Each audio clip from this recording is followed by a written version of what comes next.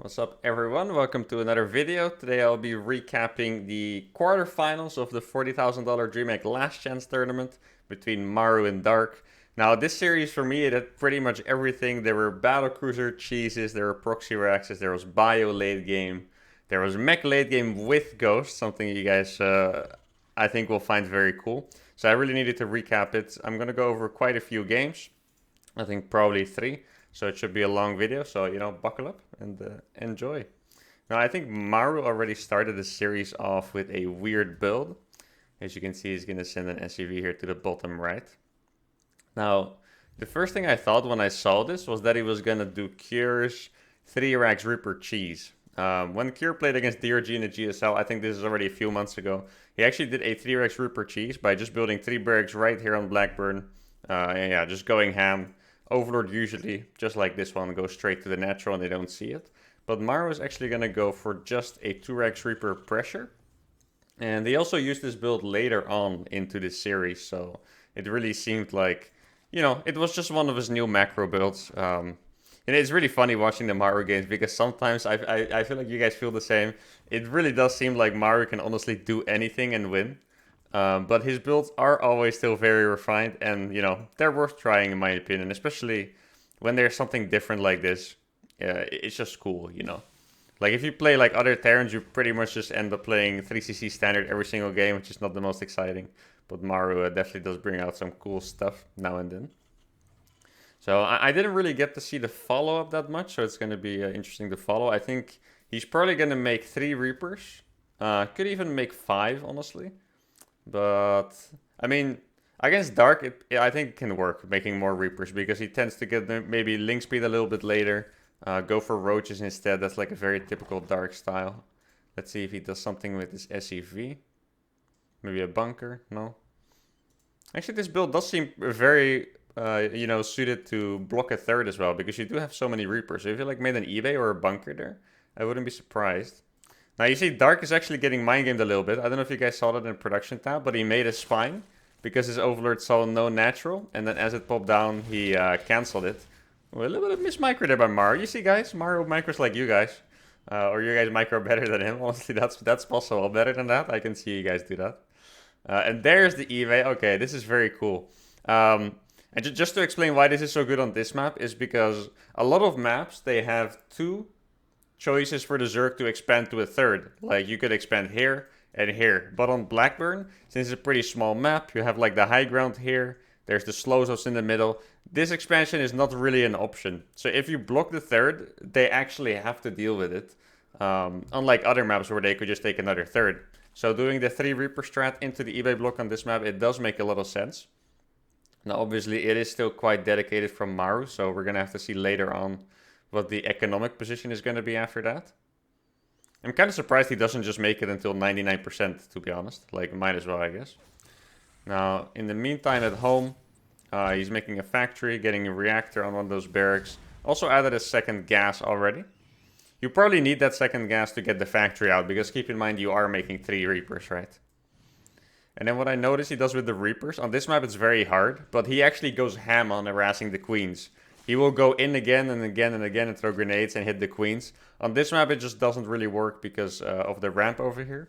But he also did it on Berlingrad, where there is no such ramp. And he does that all the time. Like, he actually gets the Queens to very low HP. And then he retreats with the Reapers right around the time speed finishes. Now, I don't think he got the read on this because the speed was very fast. Let's see. Dark doesn't respond. Simply gonna evacuate the SUVs, of course. This is a very good scout by Maru. If his Reapers didn't go there, and ran into the Zerglings, he would have lost, 4 or 5 SUVs. In the worst case scenario, he would have even had his wall down. Let's look at his Maru micro. Oh, that's good Reaper micro, getting the weak one in the back. Still loses it, though. Decent his trade. Kind of worried he's still gonna lose them. Yeah, it looks like he will. Not even Maru can micro his way out of this one, I don't think. Not even peak uThermal could have microed his way out of that one, I'll tell you that. Okay, so he's still going to follow with a 3cc into a 2-on-1. Wouldn't be surprised if he gets a starport down here for like a 60 marine drop or a 10 marine drop, however many marines he's going to have. At least to me that would make the most sense, right? After you go 2x Reaper, you already have the 2 early barracks. You might as well get a starport down. There we go for that 2-on-1 drop. So he made 4 Hellions. Doesn't move them out. Yeah, I think if he still had the Reapers alive, he probably would have moved them out by now. One weakness that I feel like I do see with this build is, yeah, pretty much roaches. Because there's, like, Reapers, they just kind of have a time limit on how long you can scout with them. Because if Zergling speed is finished, if there's more creep, yeah, you simply cannot really scout with them anymore. Because Reapers are not that great against Zerglings, in high numbers at least. Unlike Hellions. But the Hellions come out a little bit too late, so you can see he's keeping them at home. And, you know, he may just have a read on Dark. He knows that if Dark goes early link speed, there are probably no roaches. And that's why he's not afraid. But just in case you guys are going to try this out on the ladder, I do feel like there is definitely some weakness to roaches here using this build. Now, the double eBay is going to go down. 3rd gas already. And from this point on, it's pretty much going to be, you know, a standard TvZ, I think. I would say that the biggest benefit of this build was pretty much delaying the 3rd. The creep spread is kind of minimal, to be honest. And yeah, another thing is obviously just the aggressive potential. Like, if you do go for those 3 Reapers, if you do play Zerg that's not on top of it, you can probably get a few drone snipes in, like jump in the main, get 4 drones. And that could be pretty good as well. As we stand right now, I would probably not say that Maru is ahead. I think... yeah, I don't know. It looks kind of even. Maybe Dark is even a little bit ahead. Like, we have to keep in mind there's no lair. The biggest weakness of these 2-on-1 builds, by the way, is... like, you get pressure early on. But if your pressure doesn't do anything, like here, you're stuck on only 2 barracks. Like, a normal setup for Terran is to go from 1 barracks to 3 to 5. So normally you would have 5 marine production already with the 3 barracks. With 2 on reactors. But here you only have 3 marine production and all the other barracks still have to build. So... yeah, Dark is completely safe from like a follow-up timing attack. And I honestly, I would have liked him to have droned up more already, but now he's going to do it, up to like 68 drones. And I think he's going to be a little bit ahead from this. Now, one thing that Maru can do, obviously, on this map is pushing behind that gold base, which it looks like he's going to do. There's a lot of good positions here, by the way. I mean, it's not just directly behind here, but you can also like put a siege tank here that, you know, has a really big radius on any incoming attack. Pretty safe from links from the top as well. So now he's going to join up his forces together. Now, it's a very small force, but I do still wonder how Dark is going to deal with it officially. Because it is kind of scary. If you send all your units on the top and, you know, the position is just a little bit too fortified, you take a bad trade, it could actually snowball. So Dark actually decides to go for the counter. I think that's a really good move, to be honest. Because usually, if Terran does attacks like this, their base is completely open. As you can see, this is 16 SCVs that are vulnerable. And if you have to, even if, like, he's not even going to kid it, looks like. But if you have to trade a hatchery for that, that's obviously a good trade. Now he kind of misclicked the links a little bit. So Maru is going to get away there with just a few SCVs lost. Does kill the gold. And I think the fact that he's playing tank heavy is probably kind of suited for this map specifically. I feel like, you know, Maru likes the late game, so he does make tanks more frequently than other Terrans anyway. But usually if you play against Link Bane, like, you know, everything that Maru scouted so far, you'd probably want to go for mines. But this map does have like crazy tank spots, like I said, especially behind this gold base and even above this potential 4th base over here. So yeah, to me this makes a lot of sense. It does look like he forgot one of his upgrades. This looks really weird. +2 armor is building when +1 attack is not even finished yet. Alright. Now he's getting his 5th and 6th gas already. I'm not even sure how he's going to be able to spend all of that gas, if I'm completely honest. Obviously here this is just meant to trade. If you ever like win a game with something like this, then it's just crazy. Like here he's trying to take efficient trades. As you can see, he's up 1100 in resources lost. And that's all these drops are for. This is something Maru is really good at, by the way. I feel like it's the same in all the other matchups. He always sharks around with something. Even if he's being passive, he always has like a little drop sneaking somewhere.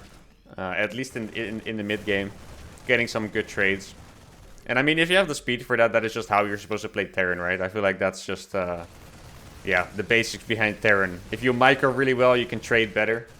In the big fight, it's obviously a different story, but you can always out micro a little bit, snipe some units here and there. Now he's getting a 2nd factory and a 4th CC. I honestly wouldn't be surprised if he makes even more tanks. Like normally, if it's 2 factories, you would like to see tanks and mines or just mines. But I wouldn't be shocked if he's actually just gonna go pure tanks here. But I guess we'll have to see. If he starts drilling claws on this factory, we'll know soon enough. Oh, does Dark have a hive yet? Not actually, okay. I mean, you know, I think a fast hive would have been a better choice for Dark, purely for Vipers, right? Like, if you have someone sieging your gold over and over like this, 2 Vipers can honestly just end it. Like, you abduct all those things and it's over. So I'm kind of curious about that choice. Though usually if Terran players play so many tanks and don't stop making tanks, it's a sign of them doing the brick, which is pretty much an 8 barracks, 3 base, semi-all-in with Marine tank. And in that case, you do really just want to make units, I suppose. But here, I probably would have preferred to see that hive. Now, Dark's... No, he actually has so many units, dude. Oh, he could go for those tanks, honestly. He's probably a little bit afraid of what's behind there. Like, if there's no creep, that's the scariest thing for a Zerg, you know? He can't see if there's, like, 20 more Marines here to shred those links when they get on top. Like, imagine if this army was behind there, you know? So I guess it was wise. Looking at it from an observer perspective, he could have killed those 3 tanks, and he would have been in a good spot there. Now he's going to come in when the reinforcements are there, but not quite. How many Zerglings is that, dude? Oh my god. Actually lost so many already, but he's still going to keep swarming through. Banelings are not quite connecting with the Marines here. But all the tanks are cleaned up. Supply looks good for Maru, but yeah, when it's just only Marines, you can't really push through too much further. And yeah, I think Maru honestly got himself into a great spot. And the biggest reason why I say that is actually the fact that it's Blackburn. Because Blackburn is a map that is pretty easy to split in half. Like, if you're a player that likes split map TvZs or any matchup really, Blackburn is honestly your map. Because you can, you know, you have this gold base. You can honestly protect this with like a few tanks here. And then you can take this base and you can take this base. And you pretty much have your half of the map secured already. Then the only thing left to do is fight for one of the top or bottom bases. And since, honestly, I feel like Blackburn is like the ultimate Maru map, to be honest. Because he's so good at the split map late games. Like, I feel like this map was just made for him. Whether he plays mech or bio. I find it interesting that he's actually making Liberators, by the way. Because there's so many Hydras out, like he saw a ton of Hydras. He has to assume Vipers are on the way still. Like, we can see the hive is not done. But I feel like he kind of has to assume that Vipers are on the way. So I do find it interesting that he made those Liberators. Also has an enormous amount of Marauders, by the way. Or no, he doesn't actually. It's just a production tab. I guess once he loses more Marines, he is probably going to replace that with more Marauders. That's what he usually does.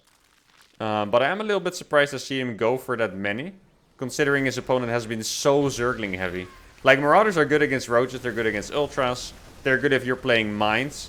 But Tank Marauder is not exactly what you want against mass Zergling, right? Like, look how many Zerglings are on the map, guys. There are 144 Zerglings on the map. But Maru is still making Marauders.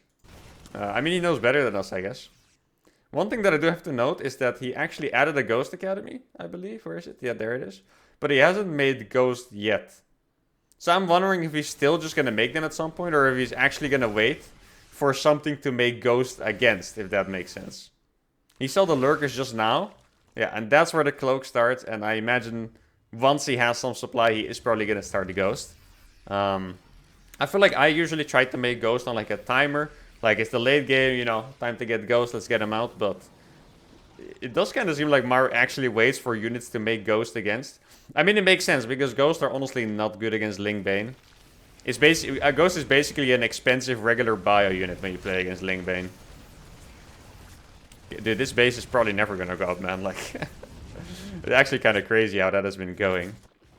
Like, if you look at the money, if you look at the bank, this is insane for Terran at this point. When you watch a regular TvZ and the Terran is going for the late game, Zerg is gonna have so much more bank, and then they just go for waves and waves of Lingbane Lurker to try and finish the game off. Maru is actually, yeah, even a bit ahead in bank if you count the gas, or, you know, at worst even, which is kind of crazy.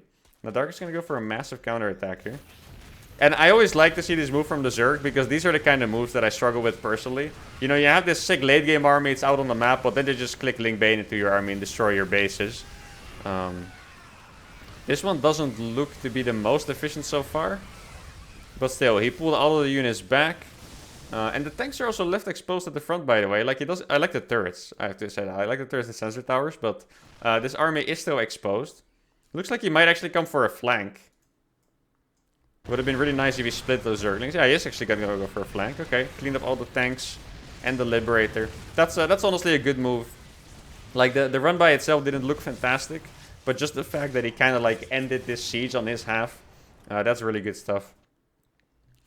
I like how on top Maru is of his siege upgrades, by the way. I feel like it's usually a little bit neglected, right? Like, you get the 3-3 for the bio. Sometimes you'll have like +0 or maybe like +1 for the siege tanks, but he actually is gonna get +3. Did he make a single mine, by the way? He actually didn't, so he actually is playing mass tanks. Yeah, to me, like I said, this makes sense on this map. Once again, the split map stuff and all that. Tanks, you know, I think I probably prefer mines against this many Zerglings, but against anything else, I think his mass tank approach would have been the right one. And Maru's also gonna go for the Maru nukes. Once again, I always get this question, like, how do you use nukes in StarCraft 2? Like, when is a good moment to use nukes? I think Maru is a really good player in using nukes, in the fact that he doesn't spam them like crazy. Like, I feel like a lot of Terrans, one that comes to mind is Spirit sometimes, and me as well. I do that in the late game. We tend to kind of like spam nukes over and over, but nukes are honestly not that hard to deal with if you're just spamming nukes over and over. And it is really expensive. So if you just spam nukes, there's a decent chance you're going to end up wasting simply a few K resources in a game. What Maru does is he just has his one Ghost Academy, and he just makes one nuke farm it over and over. So he really tries to use nukes when it fits, like he attacks somewhere, he sieges something, and then he nukes another place. Without it costing too much money, because he's only making one nuke at a time. Now, I want to see what unit composition exactly he's going to go for with the tanks. Like, he still has a lot of bio, which is kind of surprising to me. Usually when I see his late game, I feel like he has a very good ratio of, like, a few libs and then 10 ghosts, and then the rest he likes to go for, like, Thors and Blue Flame Hellbat, stuff like that. Here he has 7 tanks and 8 ghosts, going up to 10 ghosts. Probably not going to make more than that. Maybe he'll go up to 15 max, but I feel like I usually don't see him make too many. 2 Liberators on the way as well. I don't think there is Liberator range here. No. So that is definitely not a priority for him. If this becomes like a super late game, I'm sure he would get it at some point. But for now, it's not a priority. And here we go. We're basically in the situation that I was talking about. This map is quite literally split in half. Dark has his 6 bases. Thank God he finally got his gold base up. And Maru has his 6 bases as well. And generally, if you're even base versus even base, that favors Terran slightly. I feel like the even game is pretty much Terran having like 1 less base than the Zerg. If they're even, it's pretty good for Terran, or like slightly favored. If Zerg has 2 bases more, it's slightly favored for them, I think. Or honestly, if they play late game as well, like if they go straight for Brooded Infestor, it's probably okay to be an even basis. But the Zerg's way to get there is usually by sacrificing a lot of Lurkers and Lingbane and get more bases faster than Terran. So yeah, and Dark is actually going to take those 2 bases now, so there's definitely still potential for him. And this is when we're going to start with the single Maru nukes. Now, I don't think we've seen the added factories yet, right? Like, the last time I casted a Maru late game TvZ, he actually went up to like 10 factories, I think. Like, no exaggeration. Let's see how many command centers he has. 3 naked ones, 3 planetaries, and 5 orbitals. So he has 11 command centers, making a few more as well. The command centers are super important, by the way. Terran late game without mass command centers is actually just tragic. Like, without the mules, without the constant scans, without the planetaries everywhere, Terran late game really doesn't quite cut it. Now, I don't know what just happened to Maru's bank, but it's completely gone. I mean, Dark is only making Lingbane, I guess, which is really cheap. So if they trade like evenly, Maru is definitely gonna have a bad time for now. Maru's army is still good. It's just Dark can totally swarm him. Dark had 160 Zerglings just now. He's morphing 40 more Banelings, which is kind of crazy. Now let's look at Maru's setup. Before Dark attacks again, I just want to look at Maru's setup real quick. He makes a lot of turrets. Those are pretty much anti-Viper for the most part, so the Vipers can't just fly over. His tanks are kind of like spread everywhere. I feel like he tries to get a PF at key places, like here's a PF. I kind of expected there to be a PF here as well. Maybe he'll do that later. I honestly wouldn't be surprised if he makes a second PF here, because especially if they play Lingbane, it's just pretty easy to get overwhelmed when you have like mass tanks and libs and stuff. So let's see how that develops. I feel like the most important part is his siege tank spread so far. I feel like against other Terrans, it happens a lot easier that they get overwhelmed by one big attack. But Maru, sometimes he seems to have a hard time, but I feel like he always hangs in there. It's whenever I see Maru lose in these kind of games, it really felt like Zerg had to go for maximum effort, you know, like they really had to set up their attacks perfectly over and over and over. And then they can definitely beat him, but yeah, it feels very tough to break Maru. And Maru so far hasn't really made any effort to deny the middle bases, so I guess he really is content sitting on his 6th base for now. Now he scanned the bottom base. I actually really like how this base is designed, by the way. Small note that there's usually like rocks here and here, and you actually you can either treat it like an island base or you can kill the rocks before you take it. Look, this is another strategic PF that he was placing. Like Maru really wants to lock this game down. One thing that I do have to say is really surprising to me is that he's been playing with one armory. Normally, you know, you bust out the 1-1 for the mech and the 2-2 and the 3-3 and then you get your air upgrades. Maru's been doing all of this of a single armory. And now the clock hits 20 minutes. He's finally going to make his extra factories. So he's going to make 3 more plus a fusion core, which is going to put him on 5 factories, I believe. Unless he made, yeah, 5 factories and a fusion core. And I have to say, I do really feel like Dark's playstyle is making him play a little bit different. Because Dark is so heavy on the low-tech units. Like, there's not even a lot of lurkers in here. This is a game where Dark went for a lurker then. But there's actually basically no lurkers in here. Like, he keeps attacking with, like, 150 lings and 50 baylings or something crazy like that. And I mean, it seems to be working out. But I'm actually not sure if it is. Because the efficiency of this, as you can see, it is pretty poor. Wait, is base actually going to survive? No way. I hope he sent something else to kill that. That would be kind of tragic for him if he let that base survive. But I honestly don't think it was worth it. Like, it looked big, but at the same time, Maru deleted one of Dark's most healthy bases. The bottom base is also now Maru's.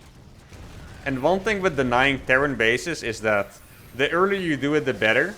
Right now, he denied bases that literally are going to land again instantly. The only thing blocking it is these changelings at the bottom. If those weren't there, those bases would literally have landed already.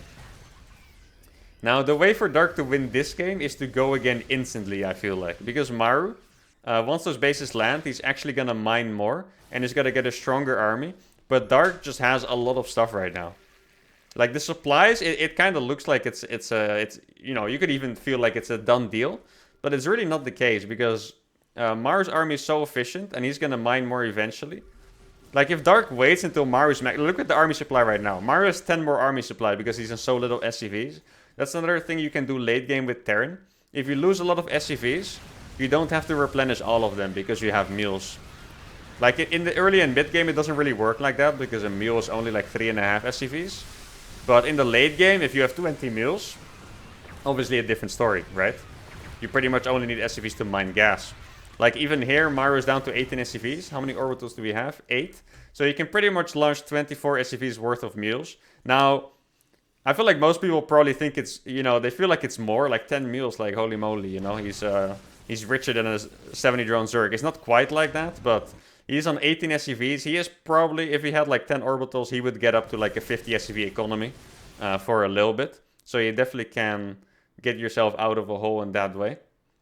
Especially when the economy is low. Like, sometimes it feels like everyone is rich, but if you look at the situation, mined out, mined out, mined out, not mining yet, dead, half mined out, you know, Dark is basically on like 2 bases as well. Like, in this case, it feels like it's 7 base against 2 because Maru just lost all of them. Realistically, Dark is on a 2 base economy, while Maru is about to be on, you know, more of like a 3.5 base economy if he makes some more SCVs and launches some more mules.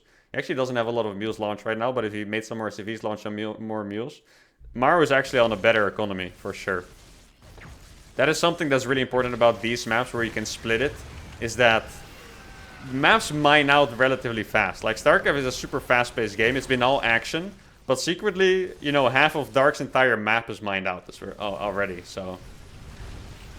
Now, this is the part where I become very indecisive in my own games. Like, this looks like an army. You know, it's mostly ghost tank. right? And there's like a few Marauders, or there's a ton of Marauders. Actually a few Marines and 2 Libs, 3 Libs. And it feels like the kind of army you would go out on creep on and get absolutely swarmed.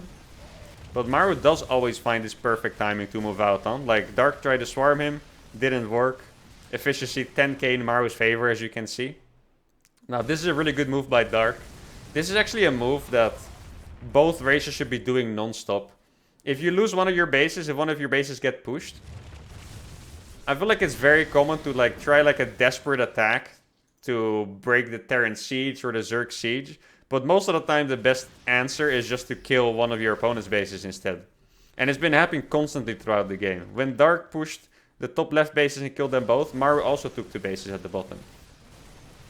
And now I feel like this trade definitely favored Maru because, you know, Maru is not quite as mined out as Dark yet. And now they both don't have that extra middle base. That's what I was talking about. The Vipers completely countering the tanks. There's so many ghosts here though. How many ghosts is that? 12 ghosts, okay. 12 ghosts against 11 lurkers. That's so even. But you can see already that Dark's bank is starting to disappear a little bit. Maru has like 35 more army supply, guys. And Dark has the bank to make up for that. But after that, what does he have left? I think Maru lost a lot of command centers this game. So he doesn't have that many bases left to fly. How many CCs are we on? He has 8 orbitals. Oh, that's actually it. He doesn't have a single non-orbital anymore. He lost so many bases that all of his bases are orbitals now. Look at that. That's actually kind of crazy. I always feel really scared to, you know, put orbitals as my bases because it feels like a few links run in and they just take it down. But yeah, shows how well they're both doing, to be honest. Maru always had enough orbitals to replace his bases, and Dark actually did kill all of his bases. I feel like we probably should have seen a little bit more Zergling run-bys in like different bases. I feel like Dark has been sending like his entire army for a run-by most of the time. But considering all the bases are orbitals, like imagine if 20 links would have got into here. Now obviously that seems a little bit impossible. But you know, there's a lot of paths on this map. There's like 3 paths. It's not that many, I guess, but I feel like there definitely has been some opportunity to get some run-bys in. Now Maru's getting this top base and Dark's getting the bottom base. I love how they're always trading back and forth. Let's see. Oh my god, I just saw a lot of units disappear. Oh, but the ghosts are on top. Oh, the overseers were lagging behind. That was a huge mistake. I'm not sure if you guys caught that. Let me just go back for that real quick. So the ghosts are here. Dark pounces on the ghost, so it looks like it's good for Dark. But he forgot to bring the overseers. So these ghosts are going to kill all of these lurkers for free. That actually honestly felt like a potentially game-deciding moment. Because those lurkers are probably not going to be rebuilt easily at all with the bank that he has. Dark has no minerals at all. He's also not really mining any minerals. And that small thing right there that he forgot to bring his detection may actually have been a game-deciding moment. Now, both still not... let's look at the income. It must be pretty tragic. I mean, they're both still above 1k. They're surviving. Definitely a tragic economy, though.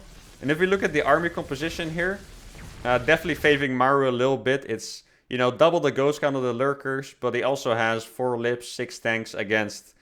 You know, a few links and hydras. No banelings. Yeah, he has 1 viper. No infestors, no broodlers, nothing like that. And it seems like Maru may actually have won the game with that crazy cloak moment right there. I feel like I always try to get cloak for my ghost, but it never pays off for me like that. Honestly, it has to do with me not forcing as many mistakes as Maru does, right? Oh man. I legit feel like Maru plays close games so often when he plays the late game, but he always clutches it out. It feels so rare to actually see him lose one of those games. I just want to see what the efficiency was at the end there. Because that was, yeah, plus 12k resources lost. Amazing game. Yeah, Maru just seems flawless in this. One thing I want to note is that he actually didn't really use these factories. It feels like he only needs those factories for Thors when it's against Broodlords, but this game he actually didn't really use them. He just made more tanks, but he never had like an insane amount. Alright, well, that was just game 1. Let's get into the next game, which has a sick battlecruiser build, by the way.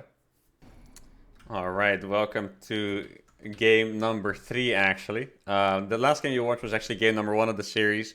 I skipped game number 2, which Dark won.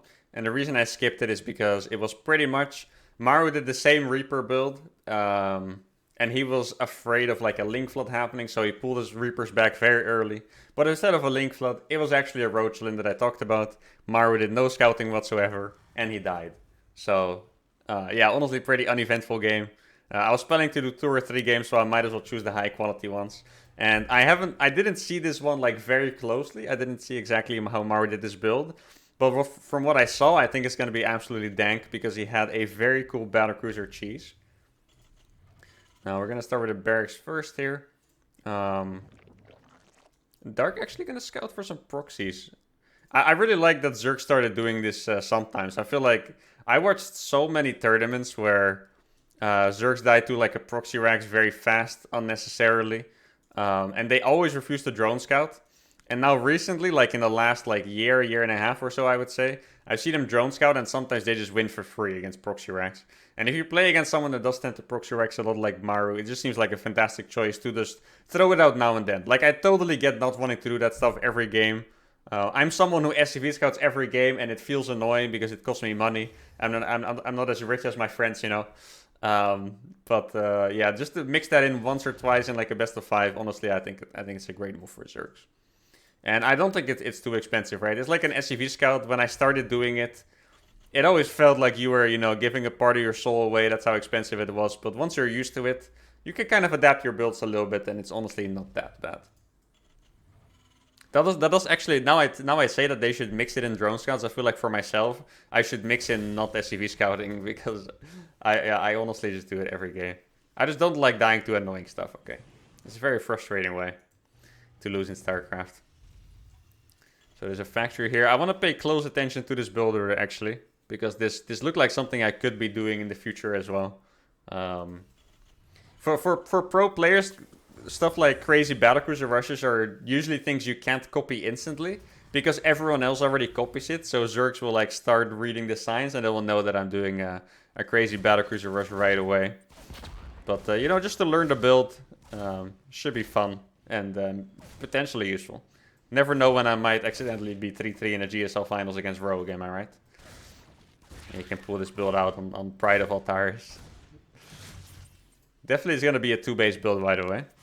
Soul actually had, or Spirit, he actually had a really cool build as well that he's been using, which is basically a double battlecruiser build with a 3rd CC into bio. And I also wanted to learn that one. So maybe I'll actually do a YouTube video on that later, because that is also like a really awesome macro build. Now here, Maru's obviously going to go for that 3rd gas. It seemed like this was the SCV that actually made the command center. So the 3rd gas timing on that should be pretty easy. As soon as your CC finishes, you make that 3rd gas. That doesn't seem too complicated. And the reason he needs that is because he's going to make a fusion core and a 2nd starport, which is hella expensive. Like 2-base BC builds are crazy. Like you actually need so much gas for that. So he's going to go Viking first. Okay. I really like that. I don't like the cheesy builds that don't do anything to deny the scouting. Like sometimes I'll see people go like gas first, make no marines and go for a hellbat all in.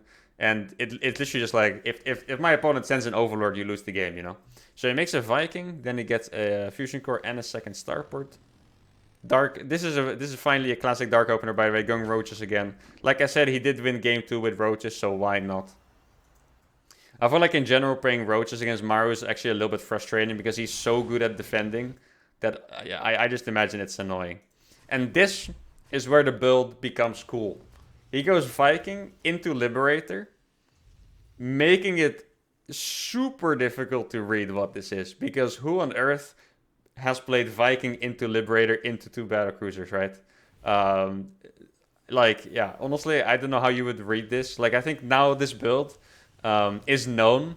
Zergs can start reading it. Like, if they see you're playing Viking Liberator and you're getting this 4th gas, you know, I feel like they'll start to piece the puzzle together if they are aware of this build. For Dark in this position, however, I honestly think he would never read this. Like, the first time this build is being played, I honestly don't think anyone would read this.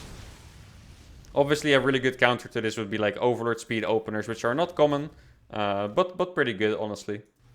And Dark is actually going to go for a Roach all-in here. Or not a Roach all-in, just like a 7 Roach pressure, I believe, or 8. 9 Roaches, actually. Okay, more than I thought. And Honestly, I would guess that this opener works against the Battlecruiser build because BCs take so... Look how slow they are, man. They take so long to build. I honestly would have guessed that this was gonna work for Dark. But he is not really committing here, which could save Maru.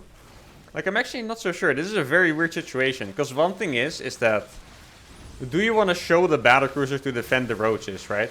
Or do you want to save them up and TP across? Because you usually want to wait for 2 Battlecruisers here for the maximum effect. And I would guess that he's not going to show them. Let's see where he's going. Yeah, he's actually going to keep that at home. I mean, he has the Liberator here. If there was a Link Flood with this, I think Maru would definitely be in trouble. Right now, let's say I think he would be in trouble if Dark had the read. If Dark had the read at this point and made 2 spores per base, started a Spire, I think Maru would be in trouble, honestly. Like, he lost 4 depots there, which is pretty big. He lost a lot of mining time. Like, this third CC is super late. But instead, like I said, this build was pretty much unreadable. And now 2 BCs are going to teleport across without anything to answer for them. And now the only thing that's left for Dark is to counterattack and hope he does even more damage. Now 2 BCs actually defeat a lot of queens. I know if you have 1 BC, you teleport it to 5 queens. You kind of have to fly away, but if you have 2 BCs against 5 queens, it's suddenly not even really close. Like, I think you actually need like 8 queens with a lot of transfuses or 10 queens to deal with that. Now Dark is actually going to go for that counter attack. Like I said, yeah, this is pretty much his only move, to be honest. Actually, that bunker survived somehow. That's crazy. Now, what's very interesting is that Maru is targeting all the hatcheries.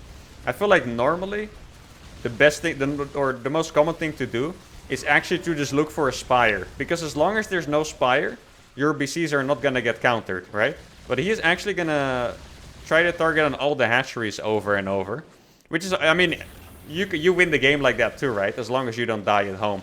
I do have to say that Miracle Bunker surviving on 5 HP or whatever it was. But so much time for Maru here that... Yeah, honestly, this would have gone... Ouch. That would have gone a lot worse if that bunker didn't survive. Now he has 2 more BCs. He actually managed to deny the Spire at the same time, by the way.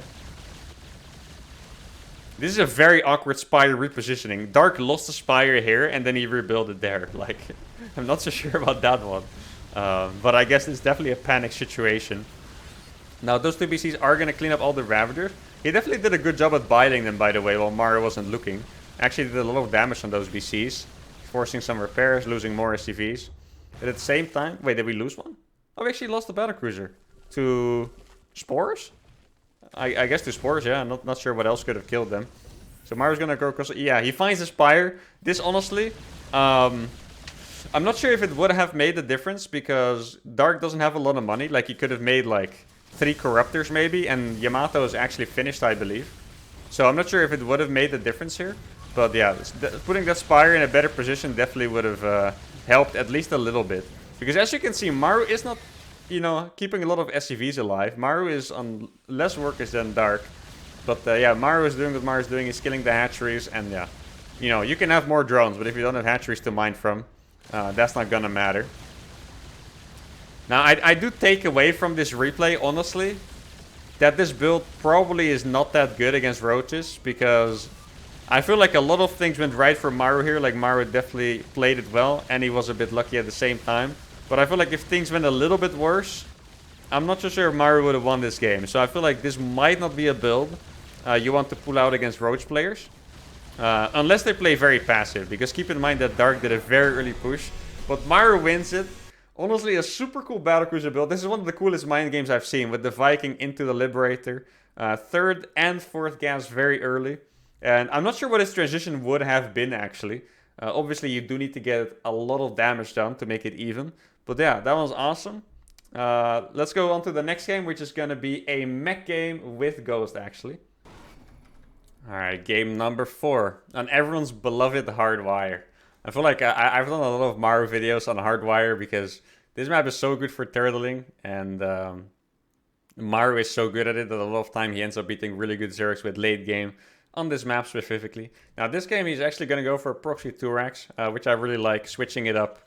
I feel like lately every time I watch Maru on this map he did Viking 3cc battlecruiser into mech, which has gotten a little bit predictable. Like, you know, even I knew he was doing it, so his opponents probably knew he was going to do it as well. So he's going to switch it up by doing a proxy 2x, which I do really like.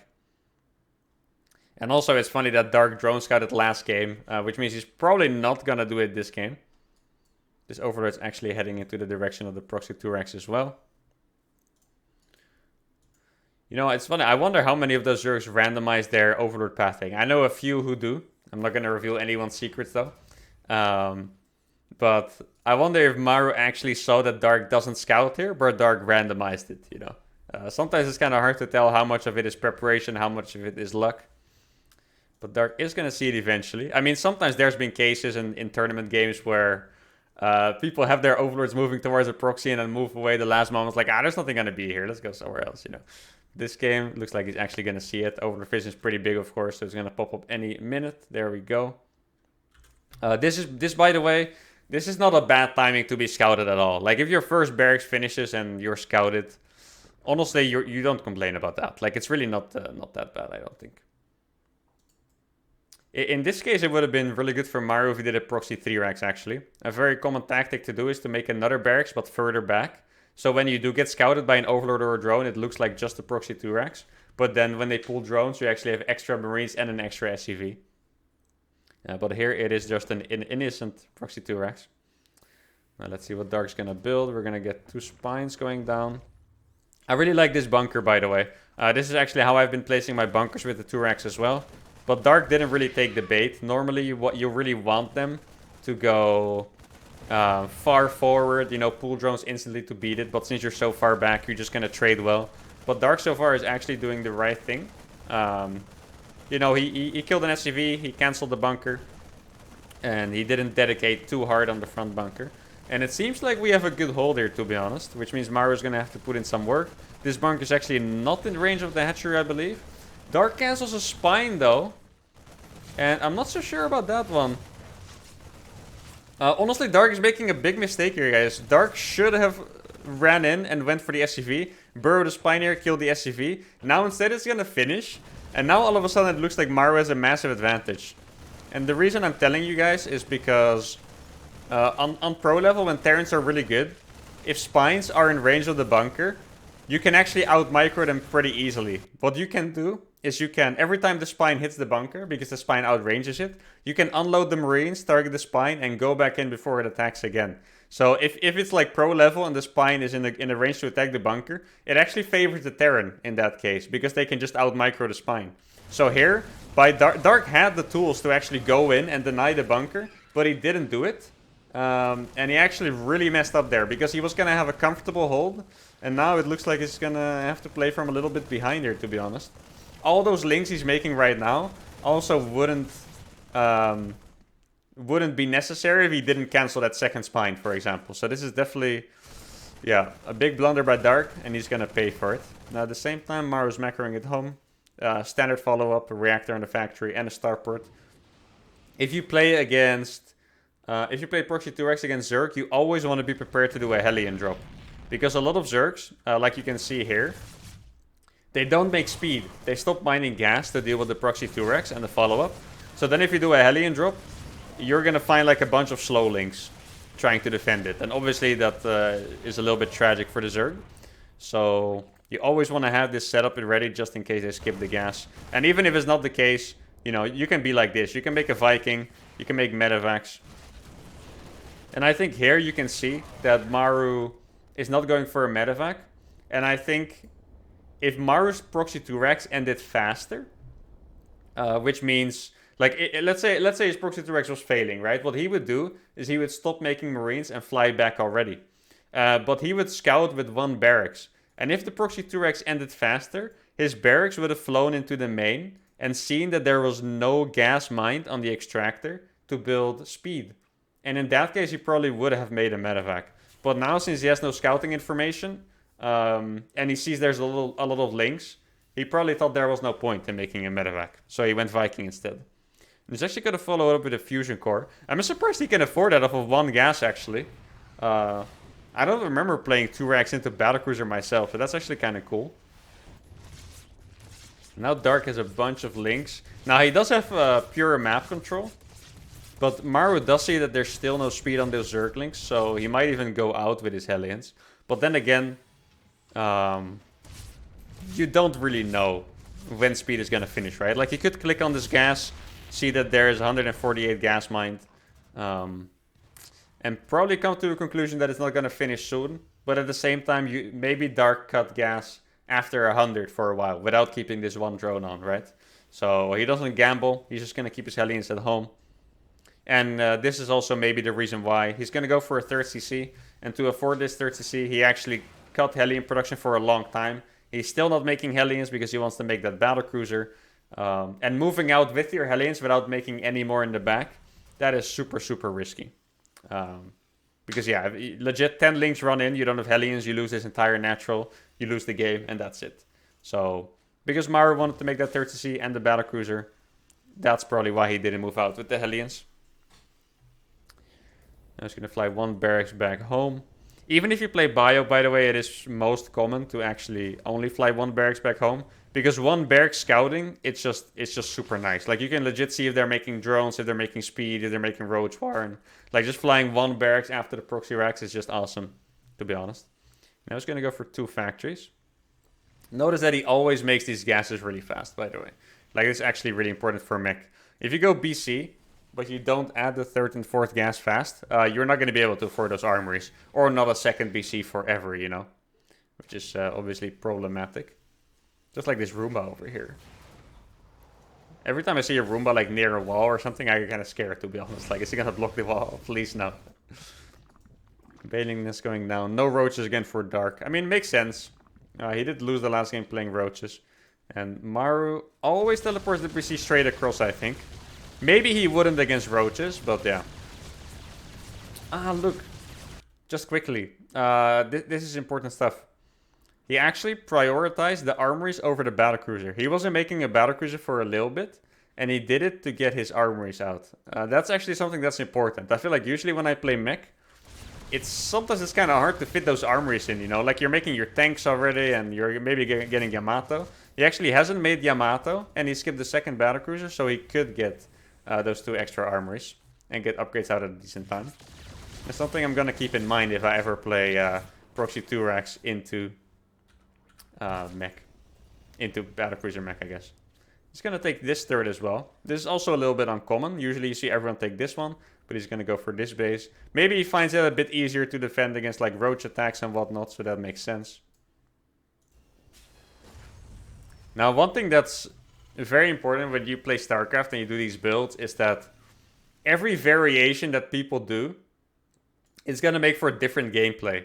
If this was not a Proxy 2Rex, he would have attacked with those Hellions ages ago. Like, this is also a little bit of a disaster, by the way. Not sure what he was thinking to go in there when he saw that many units. Probably didn't think it was that many. But as I was going to say, if he did a normal build like Reaper Expand 30C, he would have moved out with his Hellions the same time with the BC. Now he played 2 racks, he actually kept his Hellions at home and moved out with them later. And I feel like there's always something to it. And it's really important to either just study and know all the things to do with all the different variations, or you just need to play so much you get an instinct for it. Because I know Maru is a very theoretical player, like he has his builds on lockdown, but I can't imagine that he knows with every single different build he does, okay, now you move out at 6:55 with your Hellions, and with this build at 8:23, you know? Like, I don't think he knows it to that timing. I just think he has a really good instinct for it. And we can copy his instinct, because he's probably right. And now, okay, this is the Yamato timing after 1-1, and after the 3rd battlecruiser, I believe. 4th command center going down already. Okay, that was like a, was that 8 minutes? 8-minute 20, 4th command center. I don't want to tell you guys one thing, is that you should be really careful where you place your production facilities, because this looks really awkward to me. I'm not sure how this tank is going to get out of there. Yeah, like, you see what I mean? Like, you actually have to be really careful placing your buildings, because this just sucks. Like, you know, imagine if you need fast tank reinforcements and your tank is going to be like, you know, like, it's just not it. So please think wisely before you put your production. I think you can actually, like, you could put your armories here, for example, because your armories don't need to be placed in an open area. Now, Oh, Dark is actually going to go for Nidus Swarmos. Right, okay. Now, this is getting very interesting for me as well, because I flippin' hate Swarmos, dude. Like, I don't think it's necessarily the best style to play against Mech, but it's so annoying to play against them. And I think Maru knows. Like, he saw the Nidus being built, and he's making he only has 4 tanks and he's making Cyclones, which makes me think that he knows. Let's see what Maru's response to that is gonna be. He's gonna look for it first of all. Yeah, he finds the Nidus there. And then he needs to send the battlecruisers back home to deal with the Locust. But I feel like those Locusts would do a lot of damage, right? If they go in. Let's see, obviously he morphs a lot of Hellbats there. Doesn't quite have the servos yet. Yamato's gonna finish at the perfect time for him to Yamato some queens. That's really nice. And okay, he only loses a bunch of Hellbats, which I guess is fine. It still feels very painful, to be honest, to just lose a bunch of Hellbats like that for free all the time. But let's see how he's gonna deal with the rest. Not sure what these... there's only 2 Locusts in here. I'm not sure what these are doing here, to be honest. But okay, a little bit of a mistake. Dark make mistakes too, guys. Don't worry, your opponents make more mistakes than that. You'll, if that happens to Dark, you can probably have a good time as well. Oh wait, look at this. This is actually super cool, guys. He's making Hellions from all of his factories. You see that? He so desperately needs Hellbats to deal with it. He's actually not even making tanks. He's making 6 Hellions, a Hellion from every single factory, plus battlecruisers. I feel like he may have lost one. No, I don't think so. So he's just making constant battlecruisers and Hellions from all the bases, or all the factories, sorry. He's not making tanks from these tech labs, he's not making add-ons on these, he's actually just spamming Hellions, because he just really needs those to deal with the Locust. I actually haven't seen someone do that before. That's actually super cool. Like, obviously I know Hellions are important. I've never seen someone literally skip making tanks for an extra round of Hellions, though. As you can see, he was very short, he had 3 before that wave. So it does make a lot of sense. I still didn't think about it, though. And look at the way Maru is expanding, by the way. Like, I know this base was getting Nidus, but I'm pretty sure he actually had the choice between taking this one or this one. And he's actually expanding all the way on the left. Like, he's taking all the bases on the left. It's a very interesting pattern that I will keep in mind.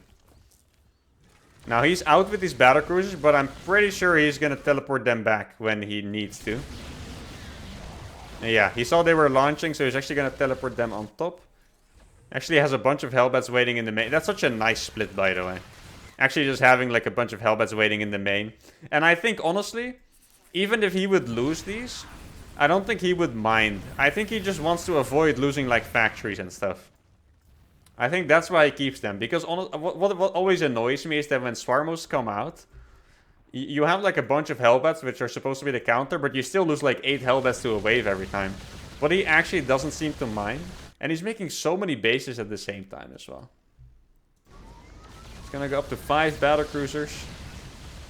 Yeah, he has a bunch of tanks and Hellbats. I mean, he's not doing anything too crazy when it comes to the army composition, right? Like, he was making more Hellions before. But it's not like he's not even dedicating to making a lot of Cyclones or anything. Like, he's really just making tanks and Hellbats and more battlecruisers. That's probably the most notable thing, right? That he actually made up to 5 BCs. Normally, I feel like when there's Corruptors, you only go up to like 3. But he actually made 5 of them. He's gonna lose one. That's pretty sloppy, Maru. Starting to look like me here, buddy. Just kidding. He's, I would have been dead already, to be honest. I can't pretend I wouldn't be. Look at the upgrades, by the way. The upgrades are actually fantastic. Actually going up to 3-2 already, which is pretty insane. And if you look at it, Dark actually never managed to get that many bases up. I feel like very commonly when you play Swarm Host, you will find yourself against a Terran who is really stuck in his own corner on the map. Like, I know Maru hasn't been able to land these bases, but he still does have them in position. Like, he's, you know, he's just this close to, like, not being pressured to getting 5 bases up. And Dark has been getting his 5th denied over and over. This hasn't been going up, this hasn't been going up. And Maru actually has 8 more workers as well. He's also making a Raven, which, I mean, you don't usually see it, so I find it interesting. I think it makes sense, you know. Clear a lot of creep, and perhaps more importantly, or definitely more importantly, excuse me, is that there's infestors on the field. And if you have 5 battlecruisers, or 4, a burrowed infestor can just take your battlecruiser and it's gone with a neural. They could be hiding in Fungal as well, then they're all gone. Because Fungal BCs cannot teleport. So I feel like that's probably what the Raven is for. Like the creep spread, honestly. You know, he has 3 orbitals, he's playing mech. With mech you don't need that many minerals, so you don't even need to launch that many mules. So detection is probably fine with mech. But you just need that perma detection for the infestors, I feel like. And I know so many people always say, why don't you just make a Raven when it's about creep spread and stuff? Well, normally you can't because you're making medevacs. But when you're playing mech and you still have this on the tech lab, it is actually a realistic scenario to be making a Raven. So everyone on Reddit that ever suggested that, good for you. Your dreams are finally coming true. Now, what is he going to do after this? The coolest thing that I remember about this game that I really wanted to see is that he went for mech into Ghost, which is a composition I always had in my head. Like, maybe that is the most perfect composition, to go mech into Ghost, because mech itself, it doesn't really have an answer to infestors, besides like hoping your tanks can shoot them. It doesn't really have a great answer to Broodlords. Like, you can make Thors, but if Broodlords are accompanied by Vipers and infestors, Thors really don't cut it. So I always thought to myself, like, maybe Ghost mech is the perfect composition. But people play it so little. And I feel like my own late game skills are just not quite that good to make it something perfect. But if someone like Maru does it, who quite literally is the most perfect StarCraft 2 player maybe, at least the most perfect Terran player, I just have to see it, you know. So it was about 14 minutes 30. I would say a more realistic timing to look at it is when he started his 3-3 fully, he added barracks and a Ghost. So he has 1 barracks. Oh, Maru, please. This factory positioning, man. The Thor is just stuck there. This is an anti-F2 Thor, actually, if you think about it. Like, this Thor is going to defend Miras, guys, on his own. But, yeah, he started 3-3 for his mech. And then he added a few more barracks. Where are they? Just in random spots. A few more barracks and a Ghost Academy. He's also going to make 1 more eBay. Because I imagine he's going to want to make 1-1 for the Ghost. And 2-2 and so on. Now, let's look at the army composition he has. His main army composition is 11 tanks and 4 battlecruisers. That is his main army that he defends with, that he would push with if he did a big push. Then he has 10 Hellions and 4 Cyclones. He has the 1 Raven, most likely for the infestors. Though he's not keeping them with the battlecruisers, which I find a little bit sketch. And then he's going to start making Ghosts. He's also making +1 air. I'm not sure what that is for. Could be for a potential BC transition. Could just because he thinks I already have a lot of BCs. This doesn't seem like a good trade. He might get the hatchery. Macfield Cyclone skill hatchery is very fast. Probably not that fast though. No. Okay. I would say unfortunate, but honestly he can start remaking Ghosts now. Which seems to be where he wants to go. And I'm really curious how he's like gonna control that army as well later on. So here's the 1-1 for the Ghosts. I think attack honestly probably doesn't matter that much. Like Ghost auto attack is good against Lings anyway, and not that good against other stuff. But the armor does matter, because if like 3 armor compared to no armor, they would die very fast to Zerglings with no armor. So I guess even if you don't want to do the double eBay, I'm pretty sure you can also just get the armor. But Maru is very thorough.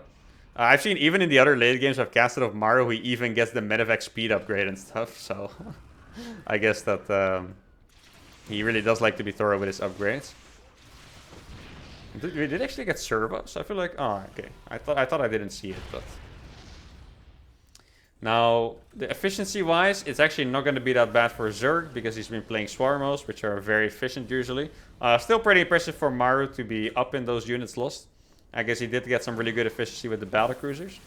Now I want to see how many ghosts he's going to make exactly and what his army composition is going to be. One thing that's actually really nice about ghosts, by the way, is that ghosts are decent against locusts. Like, mech units in general are not that good against locusts, especially not siege tanks, because they just kind of kill their own units for the most part, right? But ghost auto attack actually do pretty decent against the locust. And yeah, it's just a nice unit to have in your composition. Honestly, at this point, I'm wondering if Dark may want to, what do you call it, sacrifice the Swarmos, because the Swarmos are taking a lot of supply, and it's making his army small. I feel like Maru also on purpose is not hunting the Swarmos, because you could easily put 4 ghosts in his medevac and just snipe a bunch of the Swarmos for free, right? But I think Maru, especially when adding Ghost into his army, which makes them stronger against Locusts, I don't think he really wants to kill the Swarmos, to be honest. Let's see, there should be enough tanks here for this, honestly. One thing that Ghosts are really good against, like if you think about it, why I thought Ghost Mech was so good is because Ghosts are really good against a lot of the counters to Mech. Ghosts are so good against Ravagers because you can just one-pop them and they're 100 each. Do they kill Swarmos in one snipe? I don't think they do, actually. I think it's 2 snipes for Swarmos. But they're really good against those as well, obviously. And I feel like they are decent against all the other counters. Like, I wouldn't say Ghosts are amazing against, like, the Spellcasters or against Brute Lords. But they are decent. And I feel like they just complement the army so well. Now, let's see what army he has here. He has 6 Siege Tanks, 3 Thors, 5 Hellbats, the leftover BCs, and about 10 Ghosts. And the 1 Raven. This Raven is so important for the Infestors, by the way. And that is one he's going to try to push with. Now, this map is similar to Blackburn in the way that you can split the map pretty easily. Just like I said, I've done a few late-game Maru videos before on Hardwire, and that's just because this is the late-game map. For Terran, at least. Let's see.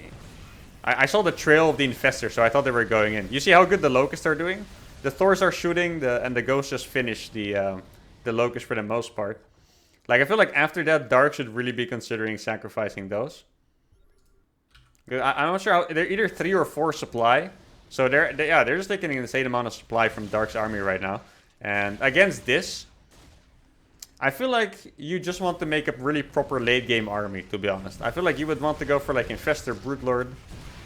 Just gonna send a massive amount of Baileys to counter. Now, this is the kind of counterattack that I'm not completely sure about, because there is a fresh base right there.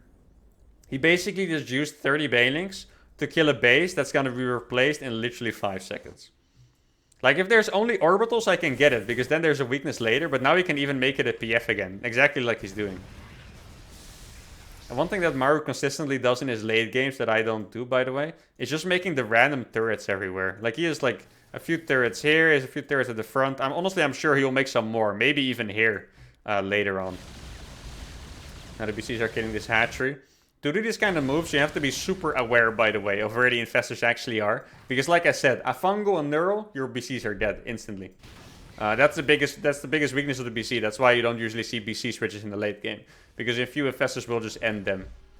Now, honestly, I'm pretty scared for Maru, man. Like, I don't mean he's losing the game. I mean, like, he's out here with, like, 3 tanks and 3 Thors and some Ghosts. Like, isn't he afraid that his army is just gonna get surrounded and die at some point?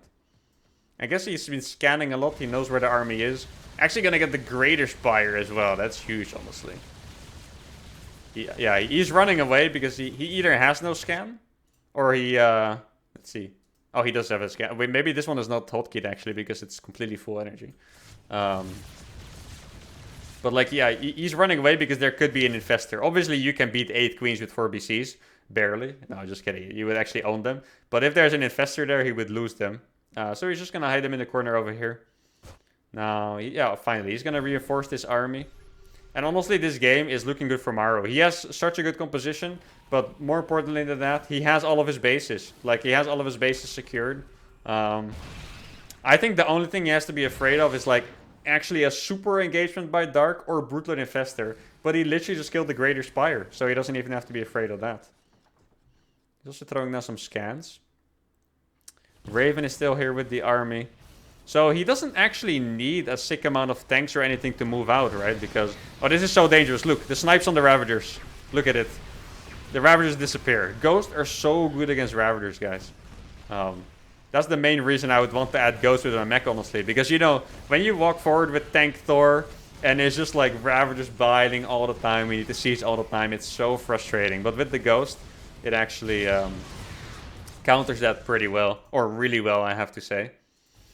And now, yeah, I mean, I'm repeating myself a little bit. Sorry for that, but I really feel like these 14 Swarmos not being sacrificed is costing Dark so much because, and I think Maru knows it. I think if Maru, you know, if Dark sacrificed those, I really don't think Maru would be so brave. But you see these Locusts. Look at the Ghost. They're gonna kill them so fast. Like normally these Locusts would do a good job. The Ghost just kill them really fast. They're not just efficient anymore, and Maru is pushing through this map like this is easy. Like, you know, sieging this position from behind, normally this is a pressure. Let me show you. Maru is on 8 bases. He has literally the half of the map, and Dark is losing, you know, not even this base. Usually they fight for the middle bases, not even. Dark is literally losing his entire territory to one push. He's losing this base, he's losing this base, he's losing this base. Like, if without those bases, this game is not even close anymore. Now Dark is going to go for a run by. If this was 3 ultras or 2 ultras, that would have been nice. Right now, probably just going to lose those. I mean, he kills 3 tanks. Maybe it's even still worth it, who knows. This is what Dark is really good at, actually, so I probably shouldn't doubt him. The run by is always getting damaged on, doing some chaos, but I don't see how he's going to deal with the army anymore, to be honest. Like, this is not even all Maru has, right? Oh, this seems a bit risky, though. Okay. He's going to lose 1 ghost for his sins there. I do like how Maru is still getting all the upgrades. He's actually going up to like 3-3-3-3, which is pretty nuts. At the same time, he has 5 tanks over here. Like I said, it's not his entire army. He has 4 BCs and maybe, 6 tanks, 7 tanks, 9 tanks left at home. And yeah, pretty much half his army is just winning this game for him. And I'm not going to lie, guys, he's making it look easy. This game did not look like it was hard for Maru. He sat at home. He had maybe a little bit of chaos against the Swarmos, but he was defending. And, at some point he stabilized. I feel like he didn't even make like a crazy army composition or anything like that. At some point he stabilized and he attacked him. He killed a bunch of Dark's bases and now he's just in a massive winning position. It might not look like it from the bank, but like I said, Dark's army is cheap. It's not fantastic. Maru's, look at the income. You can see the arrows here in the overlay. Maru has way more mineral income, way more gas income. As you can see, Dark is broke. 1400, 300, he's absolutely broke. He's remaking his Greater Spire now. I feel like with the army he has, even this army could win. Well, not if the Swarmos were here, to be fair. If the Swarmos were here, this army would be cleaned up easily. Doesn't look like he's gonna siege, though. This seems a little bit sketch. Are any Vipers on the field? No Vipers? I do have to admit, I feel like Dark is playing worse than the first game, for example. Like, the late game here doesn't quite look as fierce. There's no good Viper usage. He made the Infestors, but I honestly feel like Maru played too well for him to use the Infestors. Like, he's never gotten... Oh, look at this. Oh, like, he got a few of the ghosts. Actually, he got a bunch of them. He neuroparasited a ghost to EMP the other ghost. That was actually a really cool move, but didn't quite get all of them. And now this fight is honestly an absolute disaster. He walked everything through the choke. It got sniped. It got shot by tanks. Absolutely blown to bits. And Maru takes the series 3-1. Yeah, honestly very inspiring. But yeah, I have to be honest, guys. This was not the best Dark performance I've ever seen on this map. I like the first game by him. On the first game, he was behind and he came back. It was pretty good. This game, it was all Maru. He made it look easy. And honestly, that's kind of what Maru does these days. Maru is 100% the Terran that makes Terran look the best. He makes Terran look like an insane race, time and time again. And yeah, that was just fantastic. Ghost Mech. I'm going to be trying it out. I think something like this is hard to copy, but I'm definitely going to be trying it out. Just to look at his army composition in the end. He even stopped making Thors, probably because he sniped the Greater Spire. He's on 17 tanks and 12 ghosts and 4 BCs. Oh man, awesome stuff. Well, that was it for this quarterfinals. I'll probably do another few series of this tournament because this tournament was in Terran Goldmine, to be honest. Anyway, I hope you guys really enjoyed the content. Thank you very much for watching. Don't forget to like and subscribe, and I'll see you guys next time. Adios.